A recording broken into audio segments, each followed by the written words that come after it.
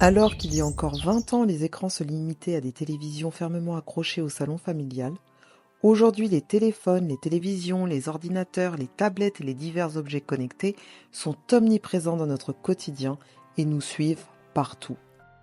Les écrans, depuis leur création, ont grandement fait évoluer notre manière d'interagir en société ainsi que notre rapport au vivre ensemble. Mais attendez, savez-vous ce qu'est le vivre ensemble ? Pour moi, le vivre ensemble, c'est nous tous, on s'aide entre nous et qu'on puisse réussir chacun, on réussit tous ensemble. Donc le vivre ensemble, moi je pense que c'est très simple. Il y a beaucoup de choses qui nous divisent, les idéologies, les cultures, pas mal de choses qui font oublier qu'on est des êtres humains et qu'on a une mission sur cette planète, c'est d'essayer de la faire perdurer le mieux possible. Si nos interactions sociales consistaient jusqu'alors principalement dans des échanges physiques, l'existence des écrans a révolutionné le lien social virtuel. La société s'est adaptée et a vu apparaître une nouvelle forme de vivre ensemble. Bonjour, comment tu vas? Ça va? Tu peux me poser ton téléphone s'il te plaît?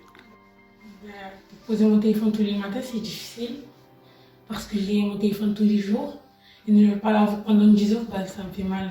Genre, je peux pas utiliser, j'ai pas les réseaux sociaux, j'ai pas TikTok. Moi, je peux pas vivre sans tel, mais des fois, je peux m'arrêter, il y a des limites, quoi.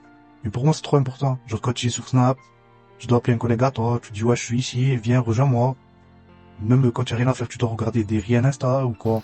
En fait, je sais que c'est pas bien parce que je l'utilise trop. Je regarde trop TikTok, je regarde trop Snap et tout. Mais je peux rien, genre ça y est, je suis accro, genre de laisser mon téléphone.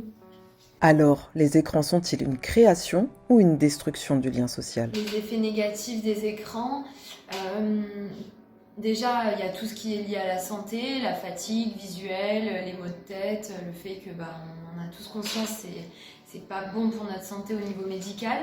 L'aspect plutôt social où je trouve qu'on a tendance à s'isoler. Quand on regarde, parfois on est avec des amis et tout le monde est sur son écran, dans les transports en commun. Avant il y avait peut-être plus de conversations et là on se met tous dans une bulle avec son écran.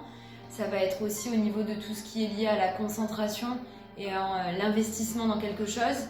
Quand on a une discussion avec quelqu'un et que notre téléphone sonne ou vibre, on va un peu décrocher de la conversation. Quand on fait une tâche, souvent on a l'écran en même temps. Même quand on regarde des films, donc un écran, on peut avoir tendance à regarder son téléphone en même temps. Donc c'est vraiment le fait que du coup, on se met moins à fond dans ce qu'on faisait, ce qu'on aurait fait pareil sans écran. Il y a du bon quand même, on va pas se mentir. On a, grâce à ça, pu, à l'autre bout du monde, il y a des gens ingénieux qui partagent leur ingéniosité et nous, on l'utilise et on la modifie et on leur renvoie. Donc il y a un partage très rapide.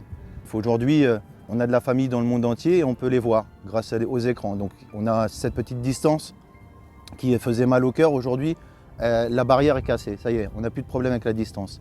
Les effets positifs de l'écran, comme Pronote, c'est un effet positif parce que s'il n'y a pas de prof, on peut voir au lieu que le collège il appelle tous les élèves de la classe. Pronote, c'est une utilisation. Il y a plein de choses par exemple pour maths, il y a une application exprès pour faire les maths. Il y a beaucoup de choses qui sont utiles. Néanmoins, quand on était tout seul, isolé, on se donnait à fond pour réussir et justement, on arrivait au vivre ensemble. Ce qui veut dire que quand vous arrivez dans un pays étranger, vous essayez d'être gentil avec tout le monde parce que vous aviez besoin des autres. Aujourd'hui, j'ai l'impression qu'on s'isole. On a notre écran, on a notre famille à l'autre bout du monde et on ne regarde pas notre voisin et notre voisine qui est juste à côté de nous. On arrive aujourd'hui à regarder les infos en direct et à passer par-dessus quelqu'un qui est dans la rue, dans le froid et qui a juste faim. Mais pour moi, les effets négatifs, ça détruit un peu le cerveau. Tu deviens en colère, c'est pas bon, surtout pour les petits. Les effets négatifs de l'écran, comme TikTok, il y a beaucoup de choses qui sont fausses. Et de temps en temps, TikTok il ment. Et nous, on y croit parce qu'on regarde TikTok. Alors que non. Sur Snap, il y a des infos et de l'harcèlement. Impact plutôt négatif dans le sens que je peux avoir tendance à me sentir angoissée quand je vois que j'ai beaucoup de messages, beaucoup de choses à gérer. Pour moi, c'est quand même une source de stress. les écrans. Mais c'est plutôt lié à l'autre. Le téléphone, par exemple, dans son utilisation, ou la télé, tout ça, je trouve que c'est plutôt plaisant, mais tout ce qui est lié au relationnel, ça peut être vite envahissant d'avoir un téléphone, je trouve.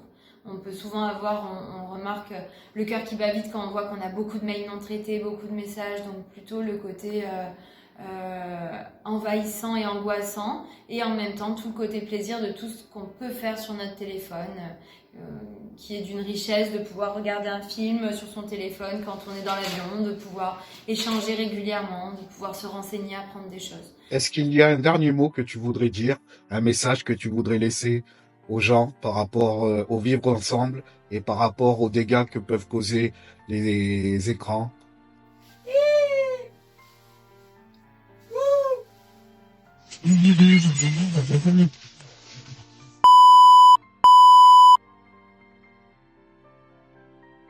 Vraiment, les gars, profitez de vos familles, sans écran, c'est mieux. Profitez, sortez, baladez, je sais pas. Même des fois, c'est bien, comme j'ai dit tout à l'heure, on a besoin d'écran et tout pour mettre de la musique ou regarder des films. Mais sinon, sans écran, c'est mieux. Surtout qu'un enfant qui commence à grandir et tout, moi, je préfère, si j'ai un fils, franchement, je préfère qu'il a sans écran jusqu'à ses 10 ans, son adolescence. Parce qu'un petit qui grandit avec un téléphone, il commence à s'énerver, il va être vulgaire. Il va pas être comme avant, il va grandir mal. Lâchez vos écrans et venez vous promener. Il n'y a rien, tout va bien dehors. Il y a des animaux, il y a la beauté de la vie, la nature.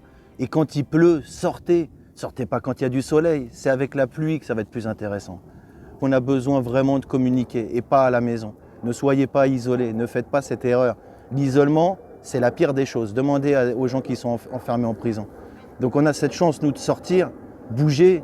La neige, ça fait froid, mais c'est agréable. La pluie, ça mouille, alors on se lave avec. Le soleil, ça chauffe, on met une casquette. Il faut sortir, découvrez des choses à l'extérieur, entre vous. Posez la question, d'où vous venez, comment vous faites, qu'est-ce que tu fais dans ta vie. Et vous avez un nouveau copain. En 5 minutes, montre en main. Par contre, derrière, vous avez des millions de copains qui vous aideront jamais. Et je pourrais même vous dire quelque chose, si j'avais un bouton rouge et je pouvais faire disparaître tous les écrans, il ne me faudrait pas plus de 2 microsecondes pour appuyer dessus. On verrait les conséquences après. Mais dès lors où on a survécu sans, je pense que s'ils disparaissent, on revivra mieux. Et à ce moment-là, on sera obligé de parler ensemble. Donc vous l'avez compris, les écrans sont là pour rester et ils apportent indéniablement du positif à de nombreux aspects de notre monde. Mais il ne faut pas pour autant oublier de vivre pleinement notre vie. Il faut apprendre à les utiliser avec parcimonie et ne pas se laisser happer par l'univers virtuel qui n'a rien de réel.